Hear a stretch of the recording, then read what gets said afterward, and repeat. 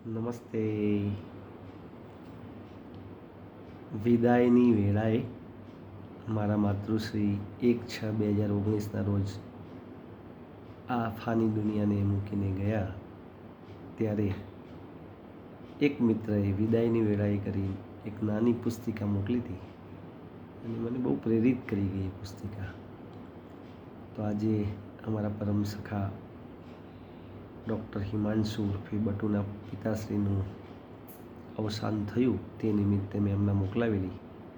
તેમને એવું થયું કે તમે ઓડિયો સ્વરૂપે ના મોકલાવી શકો. તો મને એવું લાગ્યું કે લોકભોગ થાય એના માટે મારી પાસે વિદાયની વેળાએ છે તો હું એનું પઠન કરું અને સાચી શ્રદ્ધાંજલિ કેવી રીતે આપી શકાય એ માટે એક મારો આ સંનિષ્ઠ પ્રયાસ છે. વિદાયની વેળાએ તમે ક્યારેય તમારી પ્રિય વ્યક્તિને વિદાય આપી છે? હૃદય જ્યારે ચીરાઈ જતું હોય ત્યારે હોઠ પર કયા શબ્દો આવે? કદાચ એ સમયે શબ્દ નથી આવતા, કાં તો ઓછા પડે, ડૂમો ભરાય, ગળું ભરાઈ જાય, આંખો ભીની થઈ જાય. એટલું જ આપણે બોલી શકીએ, તું સુખીથી જજે.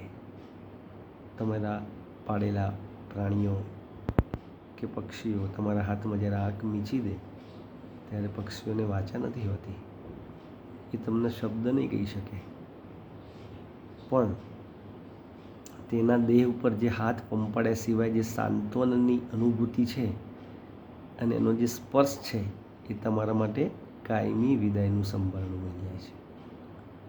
આકરી પરીક્ષા જે વિદાય લે છે એની નહીં, પણ જે વિદાય આપે છે એની પણ છે. પ્રિયજનની વિદાય પછી આપણી પાસે રહી જાય છે માત્ર ભૂતકાળની સ્મૃતિઓ, એમની સાથે ગાળેલા અદ્ભુત દિવસો અને ક્યારેય ભરી ન શકાય તેવું એકાકીપણું. પણ જ્યારે કાયમની વિદાય આપવાની વેળા આવે ત્યારે આપણે શું કહીશું? એક ક્ષણની કલ્પના આવતા જ આંખમાં આંસુ ભરાઈ આવે. એક ક્ષણ કદી ના આવજો આપણા જીવનમાં. આ વિચ્છેદની ક્ષણ ક્યારેય નહીં સહી શકાય. આનંદ ચિત્રમાં રાજેશ ખન્ના એટલે કે આનંદ એટલા દુઃખ સાથે કહે છે, મારું મૃત્યુ હું સહન કરી શકું, પણ તમારું આ ગ્લાનિભર્યું મુખ નથી જોઈ શકતો.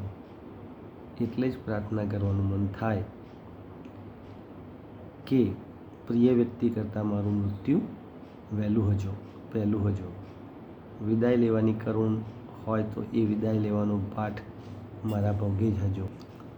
તમારા વગર હું નહીં જીવી શકું. એ પ્રેમભર્યા શબ્દોથી સુગંધિત વર્ષો સાથે વિતાવ્યા હોય ત્યારે છેવટની ક્ષણે શું બોલીશું? કેવી રીતે વિદાય આપશું? કોને ખબર જીવનની અંતિમ ક્ષણે ક્યાં હોઈશું?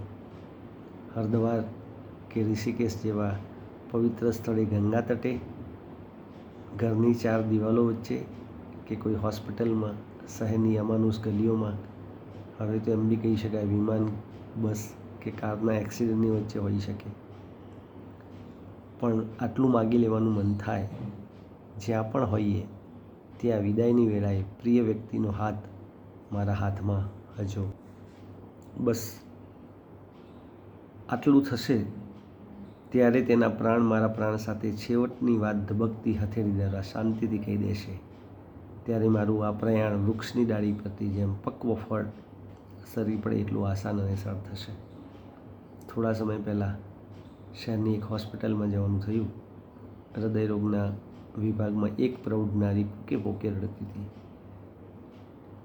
તમે મને મળવા ન દીધી, તમે મને અંધારામાં રાખી, સારું છે એમ કહીને બ્રહ્મ રાખી. વસ્તુત એમના પતિ હૃદયરોગના હુમલામાં એ યુનિટમાં એકલા જ પત્નીના સાનિધ્ય વગર આંખ મીચી ગયા. પત્નીને અફસોસ રહી ગયો જીવનભરનો. પતિને વિદાય આપવા જેટલું પણ સૌભાગ્ય પ્રાપ્ત ન થયું. આધુનિક ચિકિત્સામાં માણસનો ક્યાં ખ્યાલ રખાય છે? પણ દર્દીના હૃદયને કોઈ પણ આવેગ હાનિ ન કરે એ ખ્યાલે પ્રિયજનને પણ અંતિમ વેળાએ મળવા ન દે, એ આંખ બીડી દે ત્યાં સુધી કેટલું અમાનુષ. પણ અંતિમ ક્ષણે માત્ર પ્રિયજનના વિચ્છેદનું દુઃખ નથી હોતું. એ ક્ષણે યાત્રીની દેહની માયા, મમતા, રાગ, દ્વેષ, સંસારના નાના મોટા સુખ દુઃખ ભર્યા વળગણો, સંબંધો, ચિંતા સૌ પકડી રાખતા, ખેંચી રાખતા હોય છે. પરમ મુક્તિ માટે આ ઉપાધિઓ બાધારૂપ ન બને એનો પણ ખ્યાલ રાખવાનો હોય, જેથી યાત્રીનું દેહમાંથી ખસી જેવું સરળ અને સુખમય બને. સાધારણ રીતે આપણે મૃત્યુ વખતે પ્રિયજન માટે ગીતાના શ્લોક કે ભગવતના પાઠ કરતા હોઈએ છીએ. અજામિલનો પ્રસંગ કોને નહીં યાદ હોય? છેવટે નારાયણનું નામ લેતા જ એમનું મૃત્યુ સુખદાયી થયું. એક સ્નેહીના બેનના મૃત્યુ પ્રસંગે એમની દીકરી એમની સમક્ષ ભાગવત વાંચતી હતી. સુખદેવજીનો પ્રસંગ આવ્યો. પરીક્ષિતે સુખદેવને પૂછ્યું, સાવ મરણના કાંઠે પડેલા માણસનું કર્તવ્ય શું? આ પ્રશ્ન કાને પડતાની સાથે જ મારા બહેને આંખ મીચી દીધી. કેટલું સુંદર ભગવત સ્મરણ કરતાં કરતાં લીન મૃત્યુ. આપણા કવિ નરસિંહ રાવ દેવેટિયા એમના પુત્રના અવસાન સમયે જે પ્રાર્થના કરી છે, કેટલી હૃદયદ્રાવક, કેટલી હૃદયસ્પર્શી. દુઃખની એક ક્ષણ હૃદયને વિદારક હોય તો પણ પ્રભુની પ્રાર્થના થઈ જાય, તારા ભવનમાં મારું બાળક આવી રહ્યું છે, પ્રભુ એ નિર્દોષ છે, એના માટે તારા દ્વાર ખોલજે. પ્રભુ એમણે લખ્યું હતું તે વર્ષો પછી પણ ગુંજ્યા કરે છે. મંગલ મંદિર ખોલો દયામય, મંગલ મંદિર ખોલો. જીવન વન અતિ વેગે વટાવ્યું, દ્વાર ઊભો શિશુ બોળો દયામય, મંગલ મંદિર ખોલો. દિવ્ય તૃષાતુર આવ્યો બાળક, પ્રેમ અમીરસ હોળો દયામય, મંગલ મંદિર ખોલો. આ સંદર્ભે કવિવર રવિન્દ્રનાથ ટાગોરના સમ્મુખે શાંતિ પારાવર ગીત હંમેશા યાદ આવે. સામે પાર અસીમ શાંતિ છે, પ્રાર્થના થાય છે એ શાંતિમાં પ્રભુ નાવ તું દોરી જજે, તું મારો સાથી થજે. અસીમ યાત્રામાં પ્રખ્યાત આંગ્લ લેખક આલ્ડસ હક્સલીના પ્રથમ પત્ની મારિયા કેન્સરની બીમારીમાં મૃત્યુની સમ્મુખ આવીને ઊભા હતા. એ સમયનું વૃત્તાંત ટાઈમલેસ મોમેન્ટ નામના પુસ્તકમાં એમણે લખ્યું છે. એ પત્નીની બાજુમાં બેસીને સાંત્વના આપતા આપતા સૂચનો કરતા હતા. ભૂતકાળમાં એમને રણપ્રદેશ સાથે ખૂબ મમતા હતી. એમના આધ્યાત્મ અનુભવ પણ થયેલા. તો રણપ્રદેશની ત્યાંની અપાર શાંતિ અને વિશાળ આકાશની હિમાચ્છાદિત પર્વતની તળેટીમાં તે રહ્યા હતા, તેની સ્મૃતિ તાદ્દેશ કરાવતા પ્રશામક શાંતના નીલ પ્રકાશની યાદ નજર સમક્ષ લાવતા કહેતા, રણમાં હવે સાંજ થઈ છે, સૂરજ આથમી રહ્યો છે, આકાશ રોજ કરતાં વિશેષ નીલ જણાઈ રહ્યું છે, પશ્ચિમમાં સોનેરી પ્રકાશ છે આનંદનો, સાથે ગુલાબી પ્રકાશ પ્રગટે તે પ્રેમનો છે, દક્ષિણે હિમાચ્છાદિત શિખરો આભા છે તે શ્વેત પ્રકાશની. આ પ્રકાશ તે શુદ્ધ ચૈતન્ય આત્મા, એ શુદ્ધ ચૈતન્ય જેમાં પ્રેમ, આનંદ, કરુણા અને શાંતિનો આવિષ્કાર છે, જેમાં આપણા બધા સુખ દુઃખ, જીવન મૃત્યુ, આરોગ્ય અને વ્યાધિ ઓગળી જાય છે. શનિવારની સવારે પત્નીની નાડી ધીમે પડવા લાગી ત્યારે કાનમાં કહ્યું, હું તારી સાથે જ છું, હંમેશા તારી સાથે જ રહીશ આ પ્રકાશમાં. એમ કહેતા બધું છોડીને આગળ વધ, શરીરને ભૂલી જા. જૂના વસ્ત્રોની ગઠડી છોડતા હોઈએ એમ બાળક જેમ ઘેરાય એમ જાતને ઘેરાવા દે. તું પ્રેમ અને કરુણા બધી આગળ વધ. તું પ્રભુની જેમ જ અસીમ પ્રેમ કરી શકે. સૌને વાસના સહિત ધિક્કાર કે ધૃણા રહિત પ્રેમ તારે ભૂલવાનો છે. આ દેહ માત્ર નહીં, પણ એ સમય જે દરમિયાન આ દેહ અહીં વસ્યો હતો તે ભૂલી જા.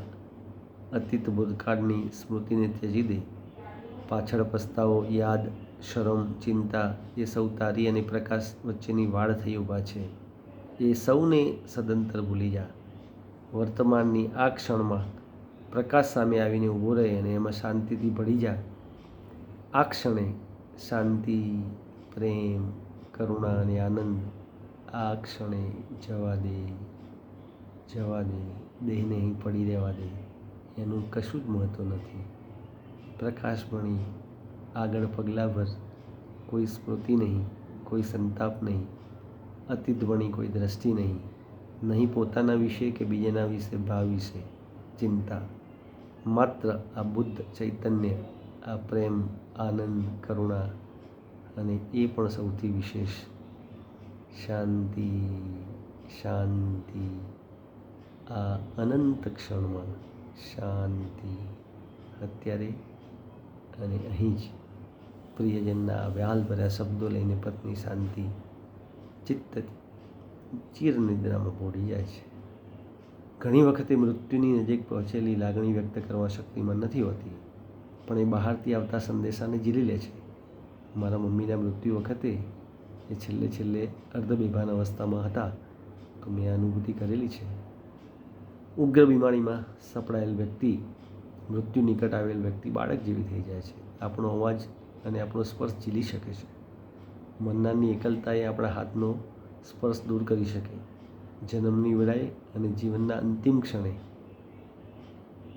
બંને સમય સ્પર્શ અને શબ્દ બંને લાગણી માટે આપલેના મહત્ત્વના માધ્યમ બની જાય છે. જન્મ સમયનો આઘાત વ્યક્તિના જીવન ઘડતરમાં બહુ અગત્યનો ભાગ ભજવે. એ તો આધુનિક માનસશાસ્ત્ર કે ઓન્ટોસાયકોલોજીએ પણ સિદ્ધ કર્યું. એમ હોય તો મૃત્યુના સમયનું આઘાતનું શું? જો જીવનના સાતત્યમાં આપણને શ્રદ્ધા હોય તો મૃત્યુ સમયની પળને પણ આપણે એટલું જ મહત્ત્વ આપવું જોઈએ.